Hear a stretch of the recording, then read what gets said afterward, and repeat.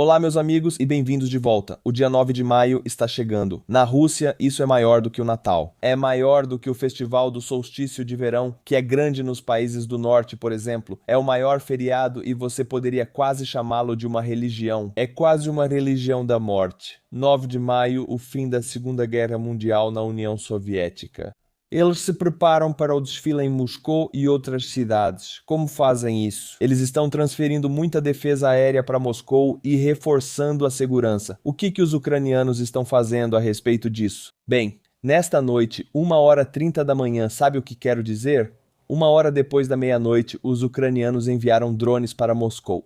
E um deles atingiu este arranha-céu bem aqui, que fica em um bairro bastante sofisticado, Moisfilmovskaya, que é como se fosse o distrito do cinema de Moscou. Moisfilm e o distrito do cinema de Moscou, como você poderia chamar. É só um nome, mas é um bairro sofisticado.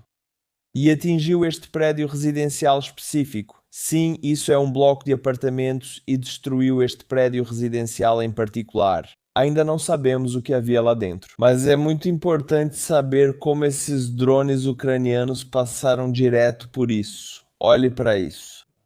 A defesa aérea de Moscou antes do desfile tem 3 camadas. Fora, no meio e dentro do centro da cidade. Passou pela camada externa, passou pelo meio e bem na borda do anel de defesa aérea do centro da cidade. O que significa que esses sistemas de defesa aérea de curto alcance que a Rússia tem em Moscou não fizeram muita coisa. Os drones passaram. Isso é um presságio incrivelmente ruim para o dia 9 de maio, quando todos os olhos na Rússia estarão voltados para a Praça Vermelha. A Ucrânia pode ou vai fazer algo a respeito? Não sabemos, mas eles agiram agora e os drones chegaram perto do centro. Veja onde termina a seta azul. É aqui que ficava o arranha-céu Moisfilmovskaya.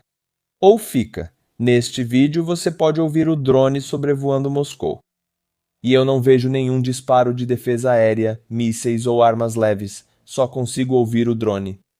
Neste próximo vídeo, ele já explodiu no arranha-céu Moisfilmovskaya e caiu na rua. Você pode ver os destroços bem aqui e pessoas filmando. Neste vídeo é a mesma coisa, só que de um ângulo diferente. Aliás, a polícia ou os bombeiros ainda não chegaram. Eles estão chegando agora. É o centro da cidade de Moscou. Então eles demoraram. E agora, neste terceiro e último vídeo, você pode ver que eles já chegaram. Dá para ver as luzes piscando. Mas sim, isso causou uma grande bagunça no centro de Moscou. Só para ver o local, vou afastar a imagem para ver exatamente. Veja, este é o centro da cidade, os 2 anéis internos de rodovias. Fica muito perto dali. E se dermos um zoom nesse distrito, você pode ver que fica bem ao lado do clube de golfe em Moscow City. Então é uma área meio chique onde esse drone caiu. Pode ter sido de propósito porque dinheiro e poder andam muito juntos na Rússia. Você acerta um desses prédios de apartamentos com um drone de milionários, bilionários ou oligarcas danificando uma cobertura. Eles têm alguma influência sobre Putin. E para aqueles dos meus espectadores que podem pensar, é um prédio de apartamentos. Por que a Ucrânia está atacando isso? Bem, os russos divulgaram este vídeo. Vamos assistir. Neste vídeo, eles estão se gabando de que podem operar drones FPV a partir da Moscow City, no centro da cidade, em um arranha-céu. Você pode ver, se quiser, pode geolocalizar isso. Na verdade, isso já foi geolocalizado. Eles operam drones na linha de frente que voam até posições ucranianas ou atacam civis, o que é ruim. Fazem isso direto do centro de Moscou. Isso pode responder à sua pergunta sobre por que os ucranianos atacaram aquele apartamento. Claramente, não é um prédio militar. Esse é um arranha-céu comercial no centro da cidade de Moscou, e eles estão controlando drones FPV daqui.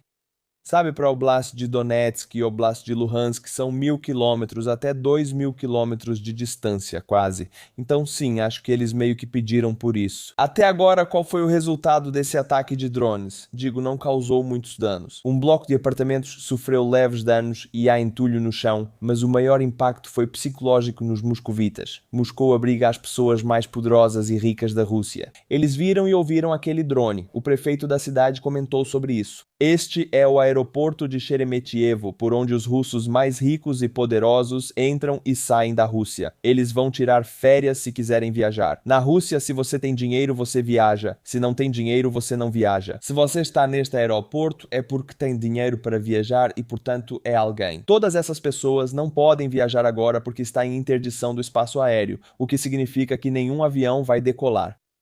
Esses 1 ou 2 drones que penetraram nos sistemas de defesa aérea de Moscou conseguiram paralisar todo o tráfego aéreo. Então todo mundo tem que ficar dentro. É um caos total neste aeroporto. E há toneladas de vídeos desses moscovitas reclamando e nada felizes. Continuando no tema do desfile, esse será o assunto de todo este vídeo. A Rússia tem, quero dizer, Putin, o FSB da Rússia, o Ministério da Defesa, como você quiser chamar. Eles implantaram cerca de 280 sistemas de defesa aérea em Moscou e ao redor de Moscou. Principalmente sistemas Pantsir-S, sistemas de defesa aérea de médio e curto alcance. E esse é um número grande. Na verdade, é um número enorme. Por que isso é importante? Mesmo que a Ucrânia não ataque Moscou em 9 de maio, o que não acredito que farão, eles nunca fizeram. E nós já falamos sobre isso antes. Não atenderia aos objetivos deles porque unificaria muitos russos em torno de Putin e do Ministério da Defesa. Muitos russos hoje estão insatisfeitos com as restrições à internet e outros aspectos. Se você atacasse Moscou no dia 9 de maio, isso daria a esses russos um motivo para se unirem em torno da sua ditadura. Então, os ucranianos sabem disso. Eles sabem muito bem que é muito melhor atacar Moscou antes do dia 9 de maio e depois do dia 9 de maio, mas não no próprio dia.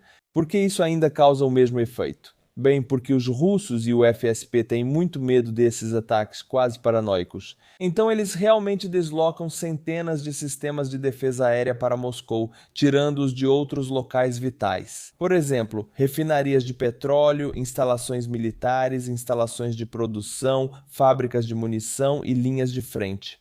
Eles tiram esses sistemas dessas áreas e os deslocam para Moscou. Então, os ucranianos não precisam atacar Moscou. Agora eles estão livres para atacar onde quiserem porque esses sistemas de defesa aérea estão em Moscou. Então você pode ver como esse efeito psicológico funciona e afeta diretamente o que os ucranianos podem atacar agora com mais liberdade. Eles não precisam atacar Moscou em 9 de maio para causar grande paranoia. Falando sobre essa paranoia, aqui está um vídeo de hoje, já 4 dias antes do 9 de maio, das muralhas vermelhas do Kremlin. E você pode ver que há equipes de segurança posicionadas nas muralhas.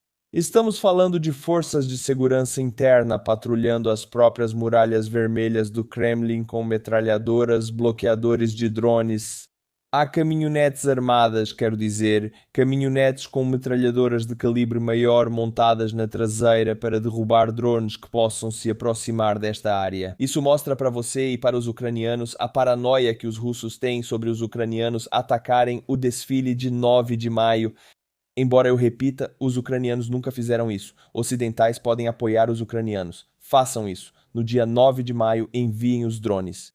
Existe um motivo pelo qual eles nunca fizeram isso. Porque sim, eu acabei de explicar, isso daria a muitos russos que agora não apoiam Putin ou o governo um motivo para se unirem a eles. Você não quer fazer isso. Seria um presente para Putin atacar o desfile do dia 9 de maio. Veja, este é outro vídeo da equipe de segurança patrulhando as próprias muralhas e torres vermelhas. É algo muito estranho de se ver. Sim. E acho que eles vão ficar aqui por uma semana inteira patrulhando com metralhadoras, rifles de precisão e bloqueadores de drones.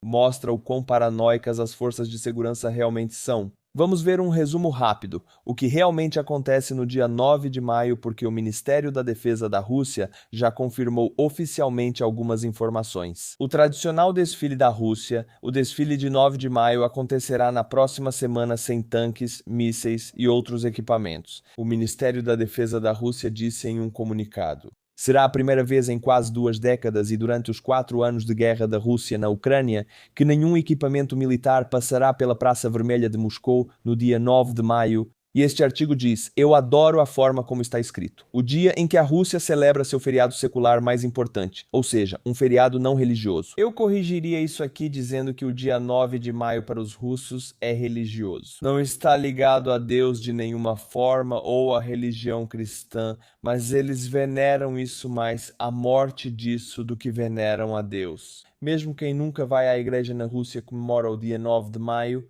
Então, é mais um feriado religioso do que qualquer outro feriado religioso na Rússia. Eu não chamaria isso de secular. Eu sempre adoro como as autoridades russas formulam esse tipo de anúncio quando algo dá errado. O ministério citou a situação operacional atual como motivo para excluir equipamentos militares, assim como cadetes, do desfile deste ano. Então é isso, é uma situação operacional atual. Me lembra quando a estrada desabou, já falei isso várias vezes, mas eu realmente gostei. As autoridades locais disseram que temos uma dinâmica negativa na estrada e havia uma cratera enorme porque ela desabou, já que foi mal construída, mas é só uma dinâmica negativa. Não se preocupe com isso. O presidente russo Vladimir Putin informou ao presidente dos Estados Unidos Donald Trump em uma ligação na quarta-feira que estava disposto a declarar cessar-fogo com a Ucrânia no feriado do Dia da Vitória, segundo o assessor Yuri Ushakov. A questão é que sim, Putin ligou para Trump porque Trump supostamente deveria ter alguma influência sobre Zelensky, o que ele não tem mais. Ele já jogou essas cartas.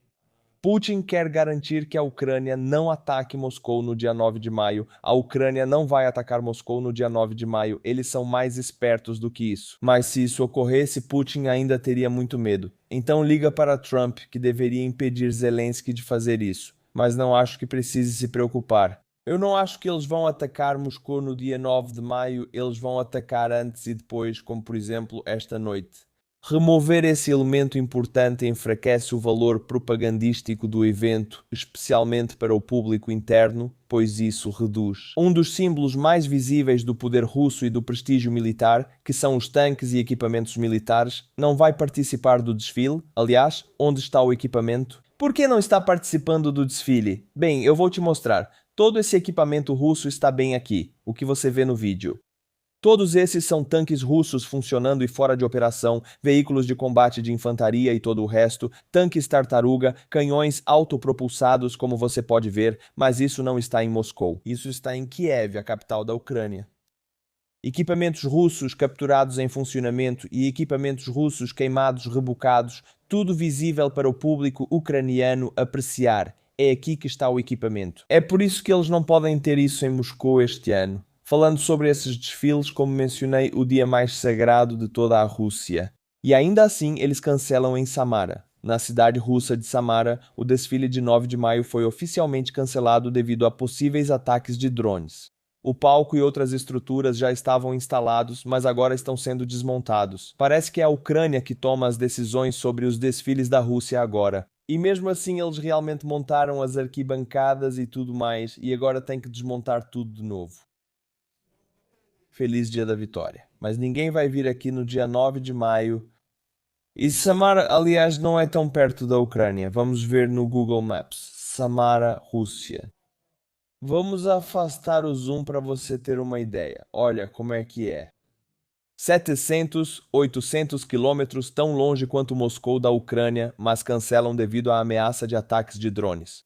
Então, a Ucrânia não precisa atacar nenhuma cidade russa no dia 9 de maio, porque isso teria o efeito oposto, já que o povo russo adora os desfiles do dia 9 de maio. Então, se você atacá-los nesse dia, isso aumentaria ainda mais a aprovação do Putin. Os ucranianos não fazem isso.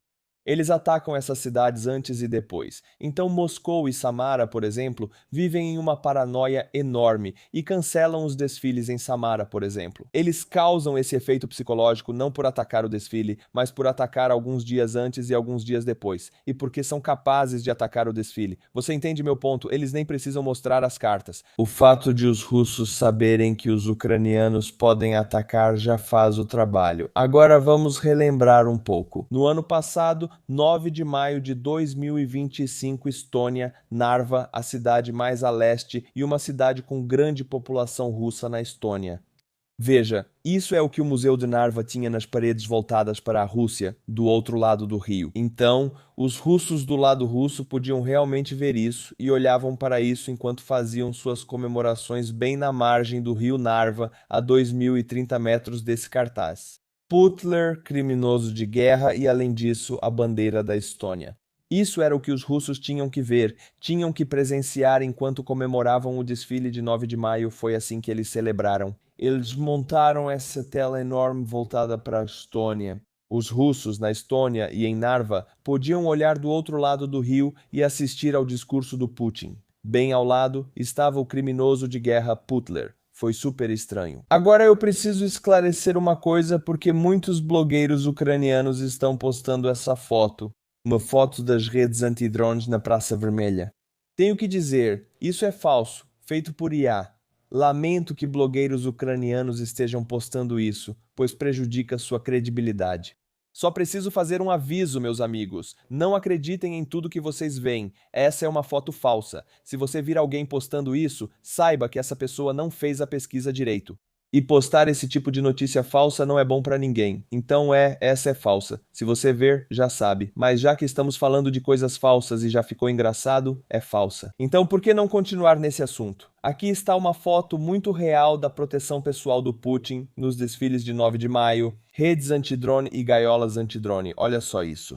Esse cara está bem protegido, nada com que se preocupar. Vamos voltar no tempo de novo. Acho que isso é de 2020. Esse vídeo é de 2025, eu acho. Quando eles tinham veteranos de um hospital russo específico que tratava feridas muito graves da operação militar especial, sabe, feridas tão sérias que as pessoas não conseguiam mais andar. Esses caras têm seu próprio pequeno desfile e evento de propaganda para o desfile de 9 de maio. E não estou brincando, isso é real. Eles fizeram o pessoal do hospital marchar na frente deles com as bandeiras.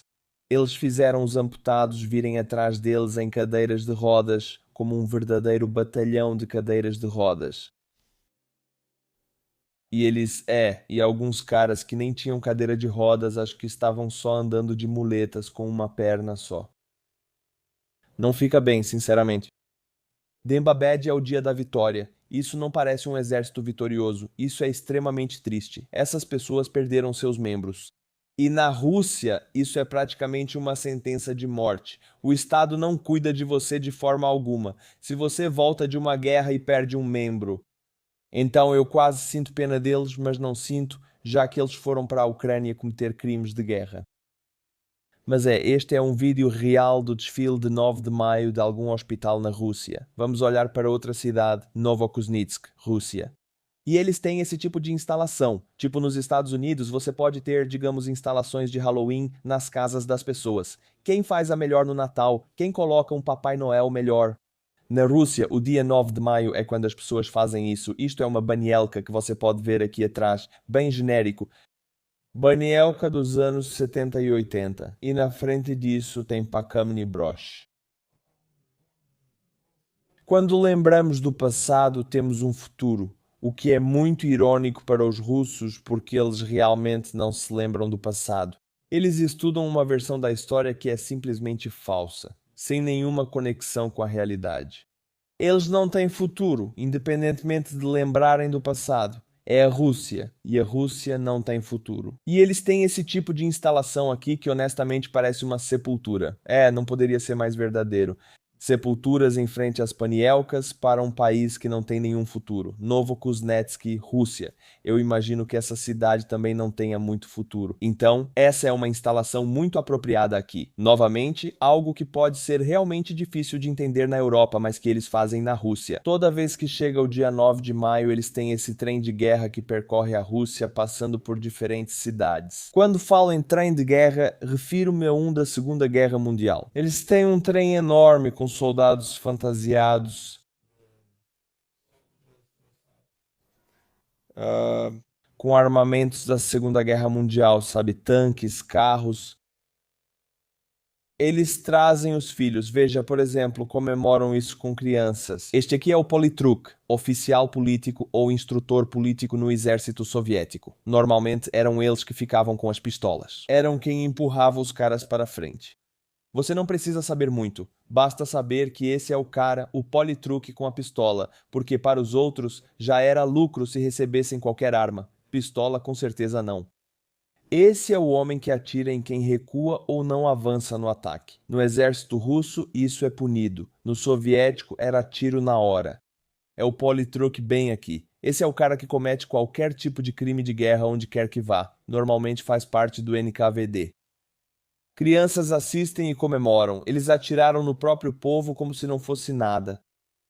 E especialmente fiquem de olho nesses caras com jaquetas de couro preto. Normalmente, de novo, as forças de segurança interna do exército da União Soviética usavam esse tipo de jaqueta de couro preta. Eles estavam lá não para atacar os alemães, mas para atirar nos próprios companheiros que desobedecessem. Eles celebram isso. E esse tipo de unidade matou centenas de milhares de pessoas na União Soviética. Não na Alemanha, não na Europa, mas na União Soviética. Eles atiraram no próprio povo. É isso que eles comemoram. Estou dizendo, isso é uma religião da morte. Eles adoram e comemoram isso, ficando paranoicos se alguém tenta tirar isso deles. Por exemplo, se a Ucrânia enviasse algum tipo de drone ao mesmo tempo, olhe para eles comemorando a morte.